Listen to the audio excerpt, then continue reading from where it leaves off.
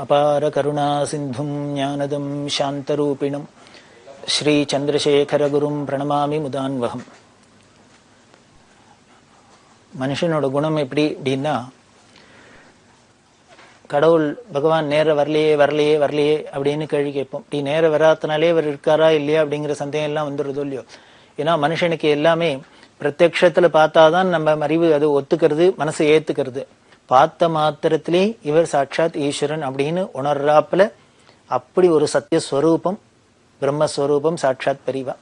அப்பேற்பட்ட அந்த பெரிவாளோட பக்தர் குழாம்ல ஒருத்தர் தான் கவிஞர் சுப்பு ஆறுமுகம் அப்படின்னு சொல்லக்கூடிய வில்லுப்பாட்டு கலைஞர்.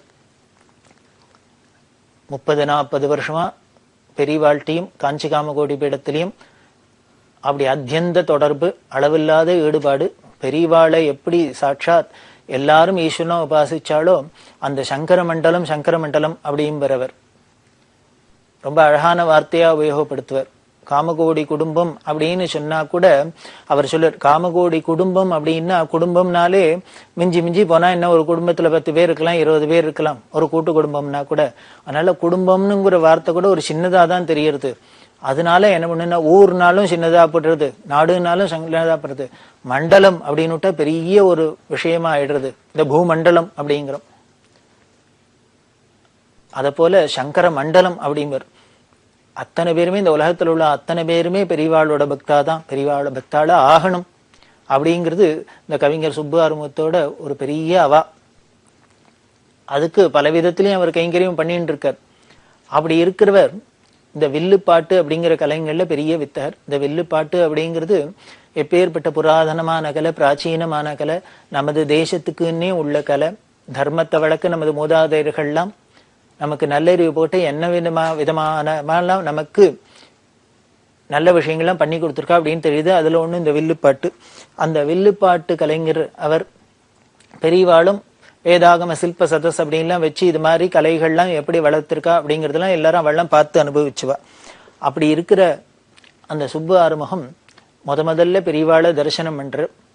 அப்போ அவர் என்ன பண்ணார், சென்னை வானொலி நிலையத்துக்காக மகாத்மா காந்தி சரித்திரத்தை வில்லுப்பாட்டுல தயார் பண்ணிட்டு போய் அந்த ஆல் இண்டியா ரேடியோல பண்ண போறார்.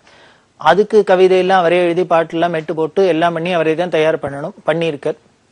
அப்படி பண்ணினவர் என்ன பண்ண, அந்த புஸ்தகத்தை முதல்ல கொண்டு பெரியவா தரிசனத்துக்கு போறமேன்னு பெரியவா பாதத்துல வச்சு ஆசீர்வாதம் வாங்கிட்டார். பெரியவா எல்லாம் அனுகிரகம் பண்ணிட்டு என்ன பண்ணினா, பின்னாலே வேதாகம சில்ப சதஸ் வருது, அந்த சில்ப சதஸ்ல நீ உன்னோட வில்லுப்பாட்டுல ஒரு நிகழ்ச்சி கொடுக்கணும் அப்படின்னு சொல்லிட்டு தானே என்ன பண்ணினா அப்பர் சுவாமிகள் சரித்திரத்தை அதுல நீ சொல்லணும் அப்படின்னு உத்தரவு போட்டா. இதுக்கு முதல்ல ஒரு தயக்கம், பயம் இருந்தது. ஏன்னா அப்பர் சுவாமிகள் சரித்திரம்லாம் இது வரைக்கும் இந்த வில்லுப்பாட்டுல யாரும் சொல்லல, நாமளும் சொல்லல, இப்படி நமக்கு பழக்கம் இல்லாத ஒண்ணு பெரியவா பண்ண சொல்றாளே அப்படின்னு. இருந்தாலும் பெரியவா உத்தரவு போட்டாச்சுன்னா சர்வேஸ்வரன், சர்வசக்தன், பராசக்தி ஸ்வரூபம், அவ ஒண்ணு சங்கல்பம் பண்ணி போட்டாச்சுன்னா அது நம்ம மூலியமா நடக்க போறது அப்படிங்கிறதுல இவர் தெளிவா இருந்ததுனால என்ன பண்ணார், ஆகட்டும் அப்படின்னு. இன்னும் நிகழ்ச்சிக்கு 2 நாள் தான் இருக்கு நடுப்புற. உடனே அந்த உத்வேகத்தோட வீட்டுக்கு வந்தார். வீட்டுக்கு வந்தா 2 நாள்ல பெரியவாளை தியானம் பண்ணிட்டு எழுத ஆரம்பிச்சதுல கிட்டத்தட்ட 63 பண்ணுல அப்பர் சுவாமிகள் சரித்திரத்தை தயார் பண்ணிட்டார். தயார் பண்ணிட்டு 3ஆவது நாள் பெரியவா சன்னதிக்கு வந்தாச்சு. வந்து பெரியவாள்கிட்டையும் சொல்லி இது மாதிரி அந்த புஸ்தகத்தையும் வச்சுட்டு பெரியவா உத்தரவுனால பண்ணியிருக்கேன், நல்லபடியா அமையணும் அப்படின்னு பெரியவாள்கிட்ட ஆசீர்வாதத்தை வாங்கிட்டு இவர் மேடைக்கு வந்தாச்சு. இவர் மேடைக்கு நிகழ்ச்சி ஆரம்பிச்சாலும் இல்லையோ பெரியவாளும் வந்தா. பெரியவா வந்தா இவர் சொல்லியிருந்தார், நான் பண்றதுக்கு தயாரா இருக்கேன், ஆனா பெரியவா நேர கேட்கணும் அப்படின்னு ஆசைப்பட்டார். பெரியவாளும் வந்துட்டா. ஏன்னா பெரியவாளுக்கு பகவானுக்கு என்ன ஆசை அப்படின்னார், பரமேஸ்வரனுக்கு என்ன பெரிய ஆசைன்னு, தன்னோட பக்தாளோட சரித்திரத்துல கேட்கறதுலாம் பகவானுக்கு ஆசை. தங்கதே கேட்கணும்னு அவருக்கு ஆசை இல்ல, பக்தாளுக்கு எல்லாம் பகவான் கதையை கேட்கணும்னு ஆசை, பகவானுக்கு பக்தா கதையை கேட்கணும்னு ஆசை இல்லையா? அதுவும் அப்பர் சுவாமிகளை போல ஒரு பக்தர் உண்டா? எப்பேற்பட்ட சோதனையிலையும் வேதனையிலையும் அந்த பரமேஸ்வரனோட திருவடியை மறவாத, அவனோட பஞ்சாட்சரத்தை மறவாத பக்தி பண்ணினவர். அதனால அப்பேற்பட்ட மகானோட சரித்திரத்தை வலிய கேட்கணும்னு ஆசைப்பட்டுன்னா பெரியவா பாட சொல்லியிருக்கா. இதே மாதிரிதான் நம் கும்பகோணத்துல இருக்கிறதே திருப்பண்ணம் பஞ்சாபி கேசபகதர் அப்படிங்கிற பெரிய ஹதிகரா வித்வான், அவர்கிட்ட பெரியவா என்ன பண்ணா, சங்கர ஜெயந்தியும் போது பகவத்பாதா சரித்திரத்தை ஆதிசங்கர சரித்திரத்தை ஹரிகதையில பண்ணணும், 5 நாள் இங்க வந்து பண்ணுன்னு சொல்ல அவரும் இதே தான் சொன்னார். அப்படி சங்கர விஜயம் யாரும் ஹரிகதையில பண்ணல, எனக்கு பழக்கம் இல்லையே அப்படின்னா நீ தயார் பண்ணிட்டு பழக்கிண்டு வந்து பண்ணணும் அப்படின்னு எனக்கு கேட்கணும்னு ஆசையா இருக்குன்னு சொல்லி பண்ண சொன்னா அப்படின்னு. இது மாதிரிலாம் பெரியவா ஆசைப்பட்டு பண்ணின பல காரியங்கள் உலகத்துக்கு பெரிய உபகாரமா இருக்கு. அப்படிதான் இந்த வில்லு பாட்டுக்கு பெரியவா என்ன பண்ணிட்டா வந்தோன்னு பரம சந்தோஷம். சுப்பு ஆரம்பம் இவரோ மேடையில உட்கார்ந்துண்டாச்சு. அதனால பெரியவாள்கிட்ட போய் கிட்டக்கு போய் நமஸ்காரம் பண்ணி எல்லாம் பண்ண முடியாது. அதனால என்னம்னா நாம போற வழியில வண்டியில போறது எங்கேயோ சிதம்பரம் அப்படின்னு கோபுரத்தை பார்த்தா உடனே கையை கூப்பிட்டு நடராஜான்னு கும்பிடுறாப்புல, எங்கேயோ மீனாட்சின்னு கோபுரத்தை பார்த்தா மீனாட்சின்னு கும்பிடுறாப்புல, மதுரையை பார்த்தா கும்பிடுறாப்புல பெரியவாளை இங்கேருந்தே கோபுர தரிசனம் மாதிரி கன்னத்துல போட்டுட்டார். இவர் ஆரம்பிச்சு வில்லேச நிகழ்ச்சியை நடத்தினர். ரொம்ப நன்னா நடந்தது. அந்த நிகழ்ச்சியில இவர் ஒரு பாட்டு அதுல என்ன பண்றாருன்னா அம்பாள்கிட்ட பிரார்த்தனை பண்றார். காமாட்சிட்ட அசாத்திய பக்தி, அம்பாள்கிட்ட பிரார்த்தனை பண்றார். அப்படி ஒரு பாட்டு அமைச்சிருந்த ஒரு பக்தன் அம்பாள்கிட்ட தாயார்கிட்ட சொல்றாப்புல என்னன்னு, யாருக்குமே நாம ஏதானும் ஒண்ணு கொடுக்கணும் அப்படின்னா என்ன பண்ணுவோம்னு, அவள்கிட்ட இல்லாத சாமான கொடுக்கணும் அப்படின்னு தான் ஆசைப்படுவோம். நம்மள்ட்ட இருக்கிற சாமானே ஒருத்தருக்கு ஒரு ஏதானும் ஒரு பிரசன்ட் பண்ணணும், ஒரு கிஃப்ட் கொடுக்கணும் அப்படின்னா கூட அவள்கிட்ட இல்லாத விஷயத்த இல்லாத சாமான கொடுத்தா அவளும் அதை ரொம்ப சந்தோஷமா வாங்கிப்பா, வச்சுட்டு அதை உபயோகப்படுத்திப்பாங்கிற நமக்கு ஒரு எண்ணம். அது மாதிரி இல்லாத சாமான கொடுக்கணும் அப்படின்னு தான் நம்ம ஆசைப்படுவோம். அது மாதிரி இந்த பக்தர் என்ன பண்ணாரு அப்படின்னா காமாட்சிட்ட இல்லாத சாமானா ஒண்ணு அவளுக்கு அர்ப்பணம் பண்ணணும் அப்படின்னு நினைச்சாராம். யோஜனை பண்ணார். இவ்வளோ ஈஸ்வரி சர்வேஸ்வரி அண்டச்சராச்சரத்தையும் உடமையா உடையவள், அப்பேற்பட்டவ இல்லாத சாமானு என்ன ஒண்ணு இருக்க முடியும் அப்படின்னு யோஜனை பண்ணிட்டு அப்புறம் இந்த பக்தருக்கு கிடைச்சுட்டா. அப்பா, அம்பாள்கிட்டையும் இல்லாத ஈஸ்வரன்ட்டையும் இல்லாத விஷயம் நம்மள்ட்ட ஒண்ணு இருக்கு, அவளுக்கு அர்ப்பணம் பண்ணிடணும் அப்படின்னு நினைச்சுட்டா ஆலாம்.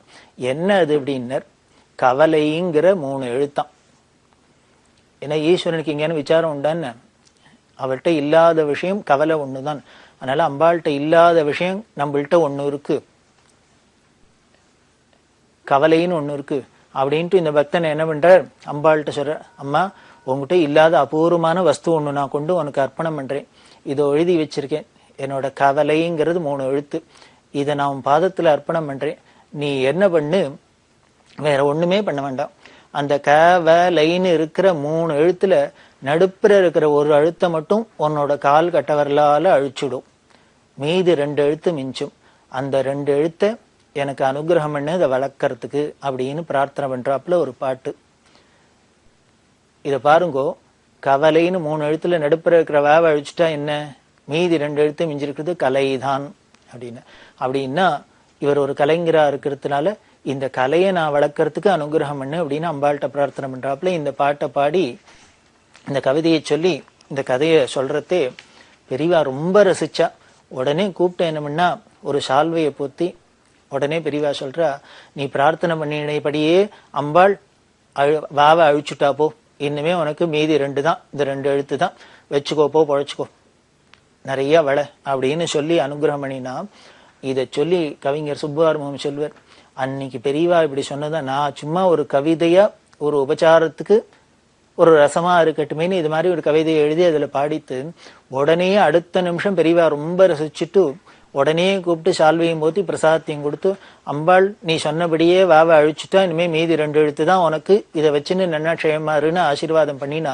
அன்னைக்கு பண்ணின ஆசீர்வாதம் தான். அந்த காமாட்சி வேறையா என்ன பெரியவா வேறையா என்ன, அன்னைக்கு பண்ண ஆசீர்வாதம் தான் இன்னைக்கு உலகம் முழுக்கலும் பல நிகழ்ச்சிகள் கொடுத்துன்னு இன்னைக்கு பிரபலமா இருக்கும். இந்த வில்லு பாட்டுங்கிறதுக்கு ஒரு பெரிய ஸ்டேட்டஸ் கிடைச்சு அது இன்னும் உலகம் முழுக்கலும் ஒழிச்சுட்டு இருக்குன்னா அன்னைக்கு பெரியவா பண்ணின அனுகிரகம், காமாட்சி ஸ்வரூபமான பெரியவா பண்ணின அனுகிரகம் அப்படின்னு அவர் உருகுவர்.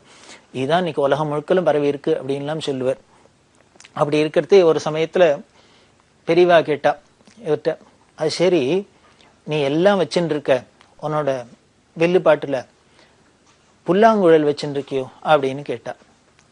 ஃப்ளூட்டுங்கிறது வேணா வேணும், மிருதங்க வாத்திய ரசிகம் அப்படி எல்லாம் சொல்றோம். இந்த வீணைங்கிறது புல்லாங்குழல்ங்கிறது மிருதங்கள்லாம் ரொம்ப தெய்வீகமான வாத்தியம்.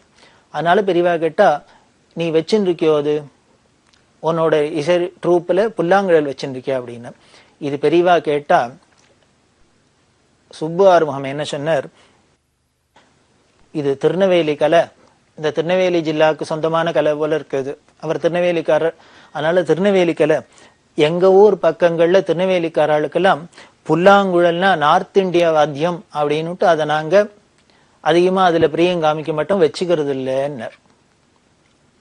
பெரியவா நீ ஏன் வில்லுப்பாட்டுல புல்லாங்குழல் வச்சுக்கலன்னு கேட்டா இவர் உடனே பதில் சொல்ற, எங்க திருநெல்வேலிக்காரர்களுக்கெல்லாம் இந்த ஃப்ளூட்டுனாலே north Indian instrument, north Indian வாத்தியம்னு நாங்க அதை ஒன்றும் பெருசா அதை வச்சுக்கிறது இல்லை, நாங்க அதனால அதை உபயோகப்படுத்துறது இல்லை அப்படின்னா.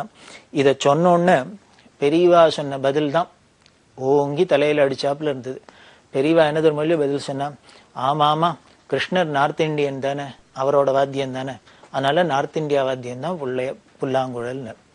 இது அப்படியே அவருக்கு தூக்கி வாரி போட்டுது. என்ன மனோபாவம் பாருங்க. நாம அஜ்ஞானத்துல இருக்கிறதுனால நார்த் இந்தியா, சவுத் இந்தியா, இன்னுமே சைவம் வைஷ்ணவம், அது இது, இந்த மதம் அந்த மதம், இந்த சம்பிரதாயம் அந்த சம்பிரதாயம், இப்படி எல்லாம் என்னோட மொழி உன்னோட மொழி, என் நாடு உன்னாடு, இப்படி எல்லாம் நாம போட்டு பலவிதமான ராகத்வேஷங்களை வளர்த்துண்டு பலவிதமான பேத புத்தியோட இவ்வளவு சண்டை சச்சரவோட திண்டாடின்னு இருக்கோம்.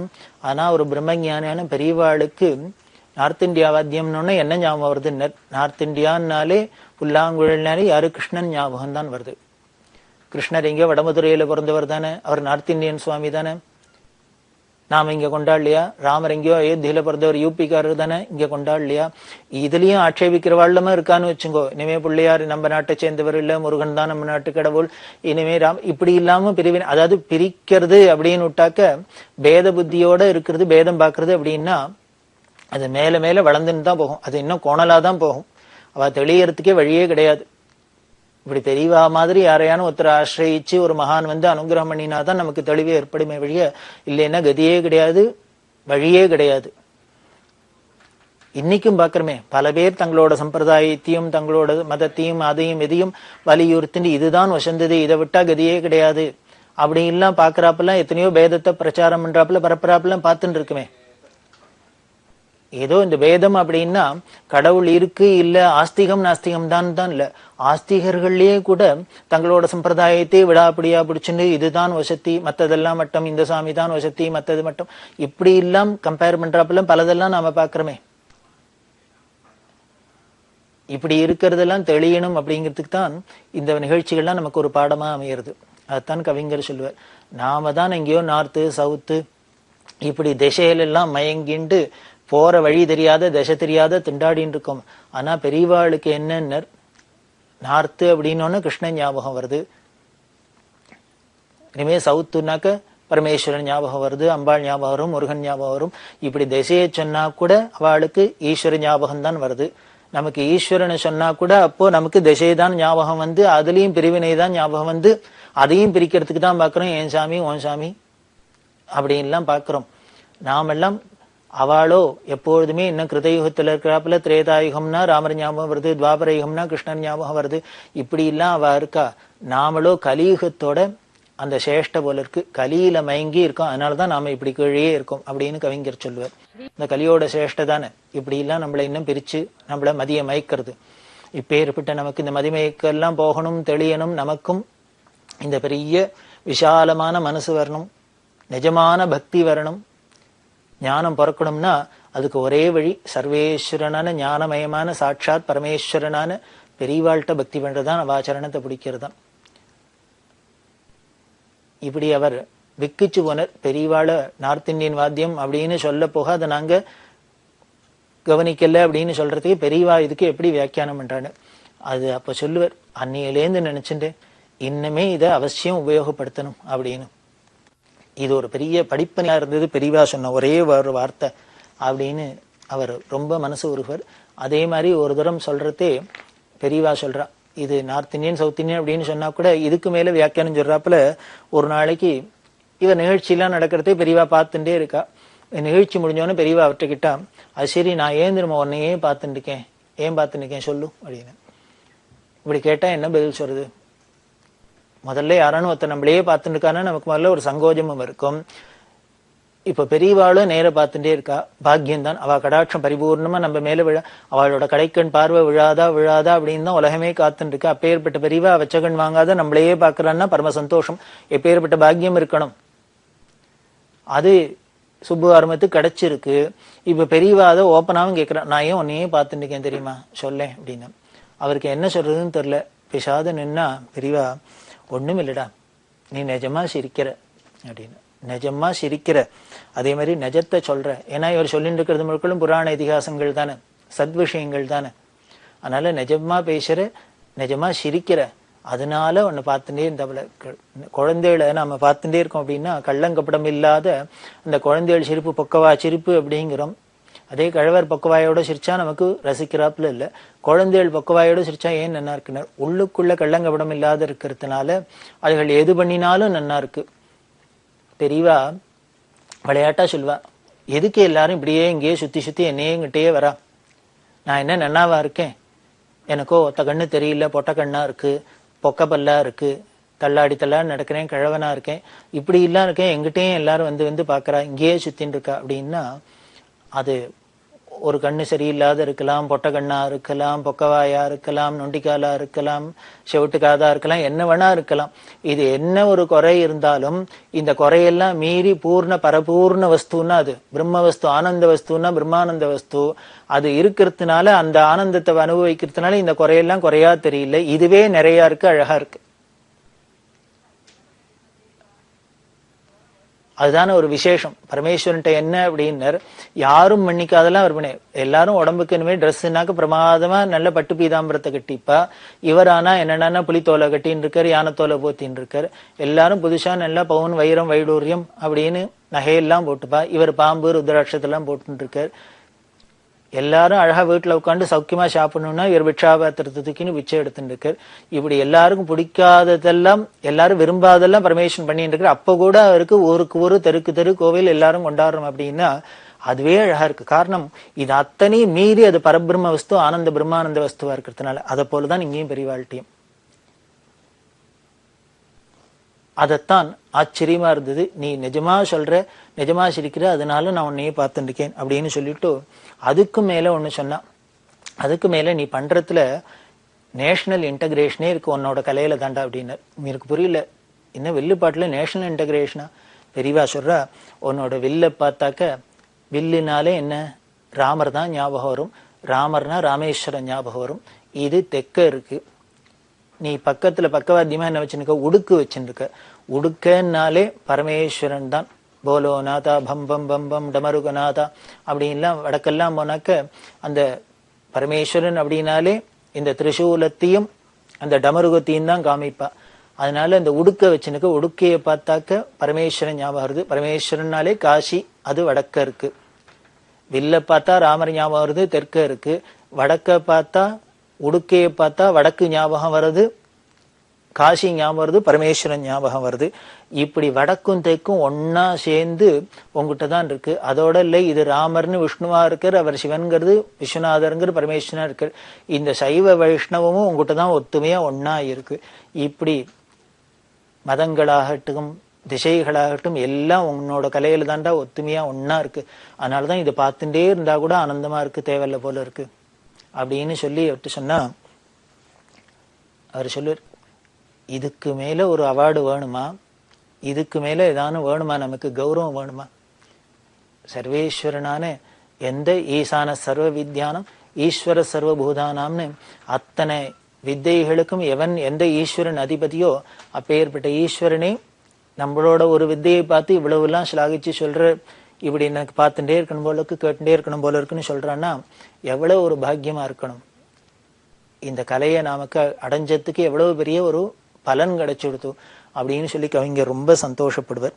அதே மாதிரி அவர் சொல்லுவார், இவ சீதா கல்யாணம் ஒண்ணு பண்ணினா அதை பார்த்துட்டு பெரியவா என்ன பண்ணா, ஏன் வெறும் சீதா கல்யாணம் பண்ற, ராமாயணம் முழுக்க சொல்லேன் அப்படின்னா. அதே மாதிரி காஞ்சிபுரத்துல ஒரு சமயம் ஒரு வேணுகோபால கிருஷ்ணர் கோவில்ல கிருஷ்ணாவதாரத்தை மட்டும் சொல்ல, உடனே பெரியவா என்ன சொன்னா, கிருஷ்ணாவதாரம் மட்டும் சொல்லாது, மகாபாரதத்தை முழுக்க சொல்லு அப்படின்னு. அவர் சொல்லு, இது மாதிரி ராமாயணம் முழுக்க மகாபாரதம் முழுக்கலும் பல நாட்களுக்கு தொடர் நிகழ்ச்சியா பண்றோம்.